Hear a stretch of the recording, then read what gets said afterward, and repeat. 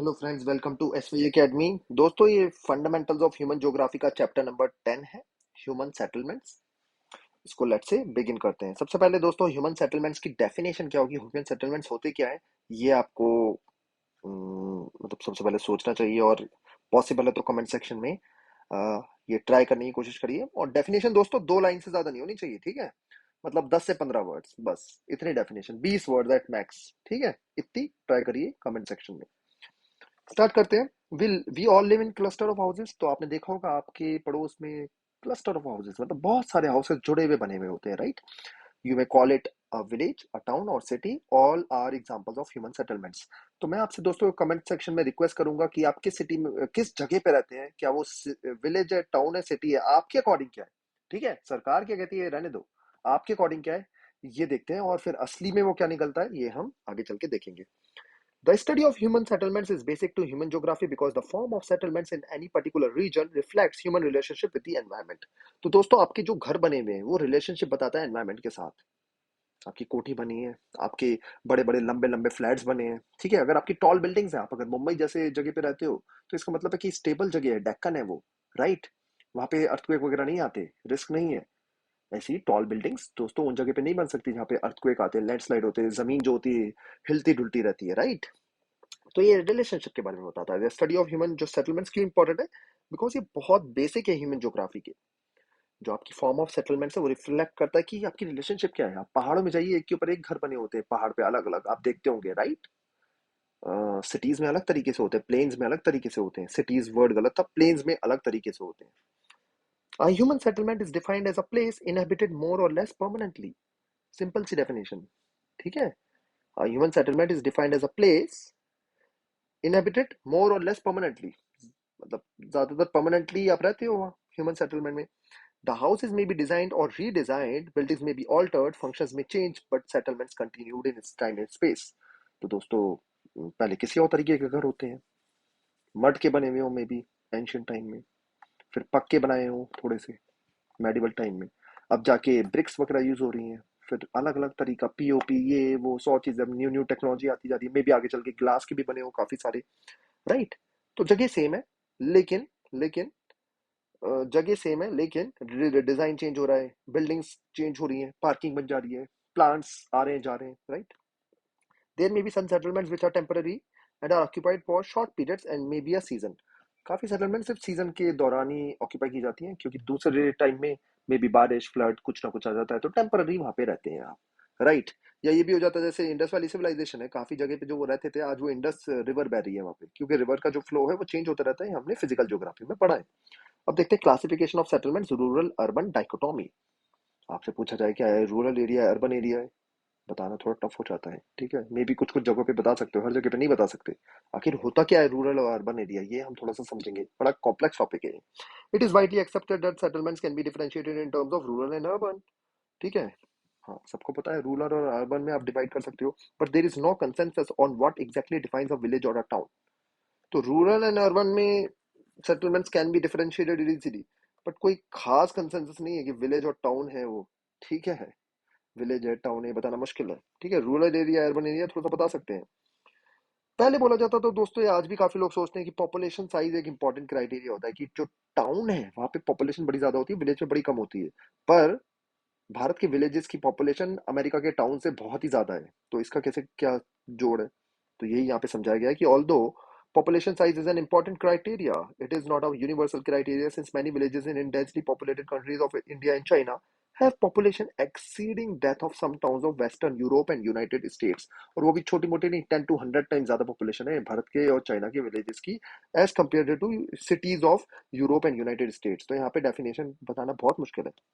At one time, people living in villages pursued agriculture or other primary activities.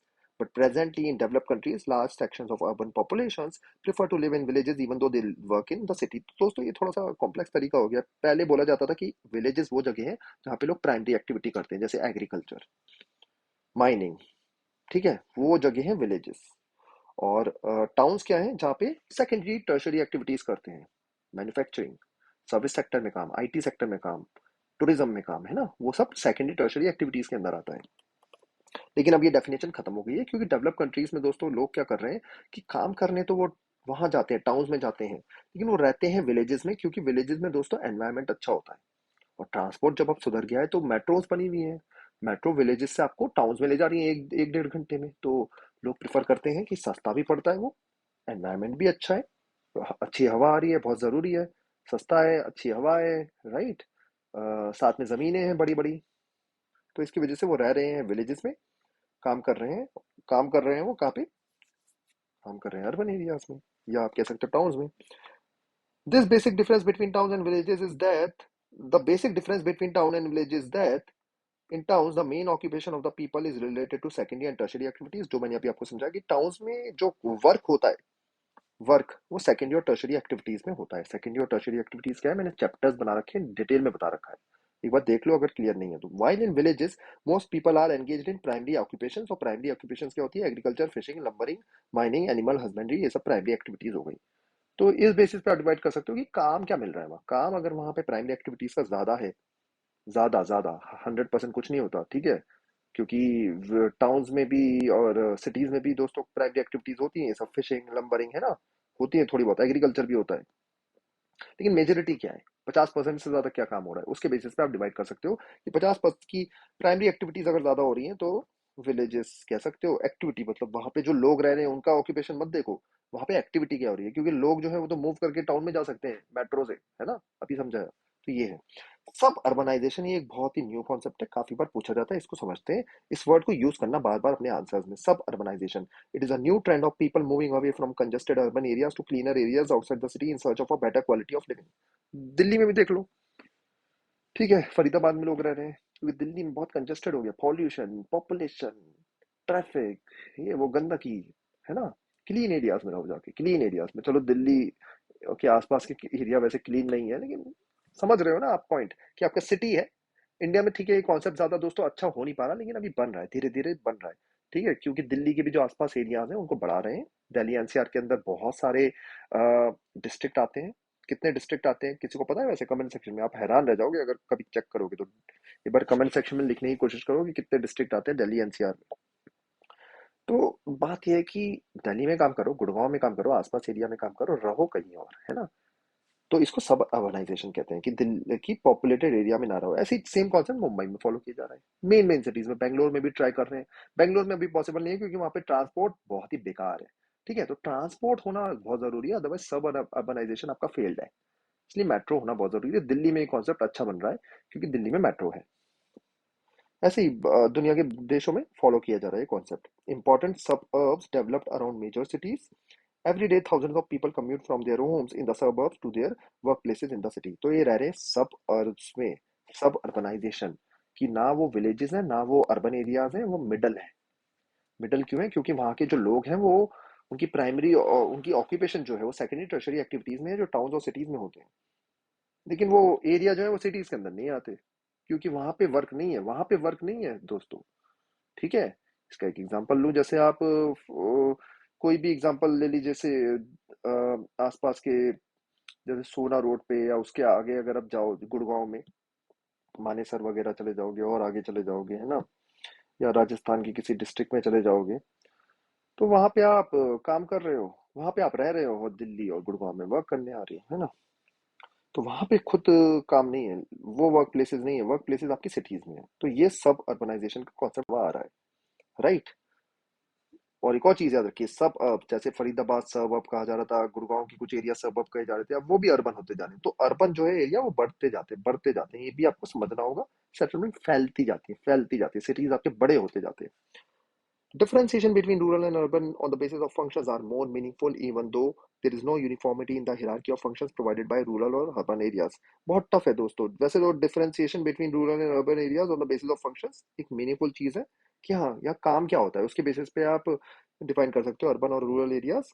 Even though यहाँ पे ये भी लिखा हुआ है, there is no uniformity in the hierarchy of functions provided by rural and urban areas. इसका example क्या है? Petrol pumps as a lower order function consider किए जाते हैं यूनाइटेड स्टेट्स में, बट ये अर्बन फंक्शन है इन इंडिया।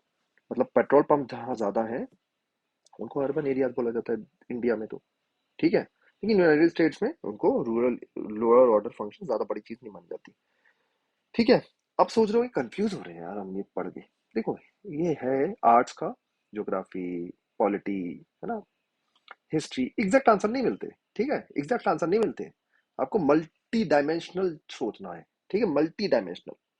तो ये चीज आपको क्लियर होगी। इन दी एंड सब कहना क्या चाह रहे हैं इस पढ़ा बढ़ा के, कि क्लियरली डिमार्केशन करना बहुत टफ है, बहुत टफ है कि अर्बन और रूरल एरिया, उसके बाद सब अर्ब और आ गया।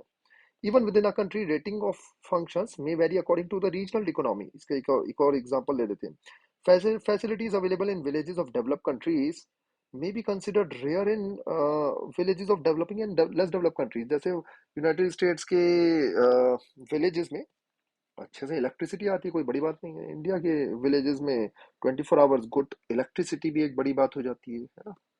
पानी की अवेलेबिलिटी, पाइप वाटर, ये भी, हॉस्पिटलाइजेशन, ये तो और यूनाइटेड स्टेट्स में कोई बड़ी बात नहीं है, लेकिन इंडिया में बड़े मुश्किल से मिलेंगे, है ना।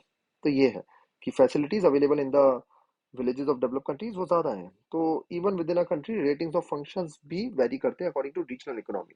भारत देख लो, भारत के साउथ इंडिया के विलेजेस, नॉर्थ इंडिया के विलेजेस, फर्क है, फर्क है। और फिर विलेजेस जाओ नॉर्थ ईस्ट, कितना फर्क है। ठीक है, नॉर्थ ईस्ट के तो आपको कुछ कुछ टाउन्स ही आपको विलेजेस लगेंगे, है ना। ठीक है, तो मतलब डेवलप्ड अनइवन है, डेवलपमेंट अनइवन है। ठीक है, ये चीजें आपको समझनी होंगी।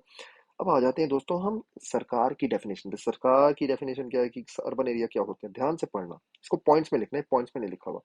सेंसस बोलता है 1951 का कि अर्बन सेटलमेंट्स वो हैं all places which have municipality, मतलब म्यूनिसिपल एरिया है जहाँ पे एमसीडी टाइप ऑफ होती है, municipal corporation of India municipality है। ठीक है। ये 12th शेड्यूल कॉन्स्टिट्यूशन का, जिनको पॉलिटी पढ़ी है, म्यूनिसिपैलिटी कॉर्पोरेशन है, या कैंट एरिया है, कैंटनमेंट बोर्ड मतलब कैंट एरिया। आगरा कैंट, है ना, सुने होंगे। आगरा कैंट, इंदौर में भी कैंट है, जबलपुर में भी कैंट है, दिल्ली में भी कैंट है ना। और नोटिफाइड टाउन एरिया कमिटीज है। ठीक है, या नोटिफाइड टाउन एरिया कमेटी है। ये सब क्या होती है, ये सब आप 12th शेड्यूल पढ़िए। ठीक है, panchayat and municipalities and have a minimum population of 5000 person. ठीक है, पॉपुलेशन मिनिमम 5000। तो ऑल प्लेसेस जहाँ पे म्यूनिसिपैलिटी होनी चाहिए, कॉर्पोरेशन होनी चाहिए, कैंट बोर्ड होना चाहिए, या नोटिफाइड टाउन एरिया होना चाहिए, और उसकी मिनिमम पॉपुलेशन 5000 लोग होने चाहिए। उसमें से 75% मेल वर्कर जो है वो नॉन एग्रीकल्चर एक्टिविटीज कर रहे हो, और साथ साथ density of population of at least 400 लोग रह रहे हो 1 स्क्वायर किलोमीटर में, वो अर्बन है। इनको .1 2 3 करके लिखना। .1 में क्या आएगा कि वो म्यूनिसिपैलिटी कॉर्पोरेशन ये है। सेकंड में क्या आएगा, मिनिमम 5000 वर्कर होने चाहिए। थर्ड में क्या आएगा कि उसमें से 75% जो मेल वर्कर है, 5000 पर्सन होने चाहिए, उसमें से 75% जो मेल वर्कर्स हैं वो नॉन एग्रीकल्चर एक्टिविटी कर रहे हो। और फिर चौथा पॉइंट में क्या आएगा कि डेंसिटी जो है वो 400 पर्सन पर स्क्वायर किलोमीटर से ज्यादा हो। ये है आपके urban area as per India, as per India. ये डेफिनेशन इंडिया से बाहर वैलिड नहीं है। ठीक है, इंडिया में इस तरीके से हमने वेल डिफाइन कर दिया है। आपको अगर ऑब्जेक्टिव आंसर चाहिए वो मिल गया है। अब टाइप्स ऑफ सेटलमेंट्स और पैटर्न्स देख लेते हैं, इसके बाद हम ये लेक्चर खत्म करेंगे। Settlement may be classified by their shape, patterns, types. The major types are classified as follows. Compact और न्यूक्लिएटेड सेटलमेंट सबसे पहले देख लेते हैं। These settlements are those in which large number of houses are built very close to each other। तो बहुत close जो houses होते हैं जनरली सिटीज में, उनको बोलते हैं कॉम्पैक्ट या nucleated settlements. Such settlements develop along river valleys and in fertile planes. याद रखिए कि इवन विलेजेस में भी हो सकते हैं, जनरली आप देखोगे शहरों में होंगे कि सच सेटलमेंट जो है वो रिवर वैली और फर्टाइल प्लेन्स में होते हैं। Communities are closely knit and share common occupations. याद रखिए कि कॉम्पैक्ट और न्यूक्लिएटेड सेटलमेंट्स को अर्बन और रूरल से लिंक मत करना। इसको ऐसे लिंक करो जहां पे भी क्लोज हाउसेज है ना, वो क्लोजली और न्यूक्लिएटेड सेटलमेंट्स हैं। इसके एग्जांपल रिवर वैलीज में होते हैं, क्योंकि रिवर के आसपास बहुत सारे हाउसेज बने होते हैं, एक कॉम्पैक्ट सेटलमेंट बना हुआ है। फिर दोस्तों डिस्पर्स सेटलमेंट आ जाता है। समझ ही सकते हो, जो जब बिखरे हुए हैं। In these settlements houses are spaced far apart and ऑफर interspersed with fields. A cultural feature such as a place of worship or market binds the settlement together। तो बिखरे हुए हैं दोस्तों, ये बिखरे हुए हैं, जनरली पहाड़ी इलाके में होते हैं दोस्तों ये। ठीक है, पहाड़ी इलाकों में डिस्पर्स्ड। तो कॉम्पैक्ट और न्यूक्लिएटेड, डिस्पर्स, ये दो टाइप के सेटलमेंट्स हैं या पैटर्न ऑफ सेटलमेंट्स हैं। नेक्स्ट वीडियो में दोस्तों हम रूरल सेटलमेंट्स के बारे में देखेंगे, और उसके बाद जब ये रूरल सेटलमेंट्स खत्म हो जाएगा तो अर्बन सेटलमेंट्स पढ़ेंगे। That's all, thank you.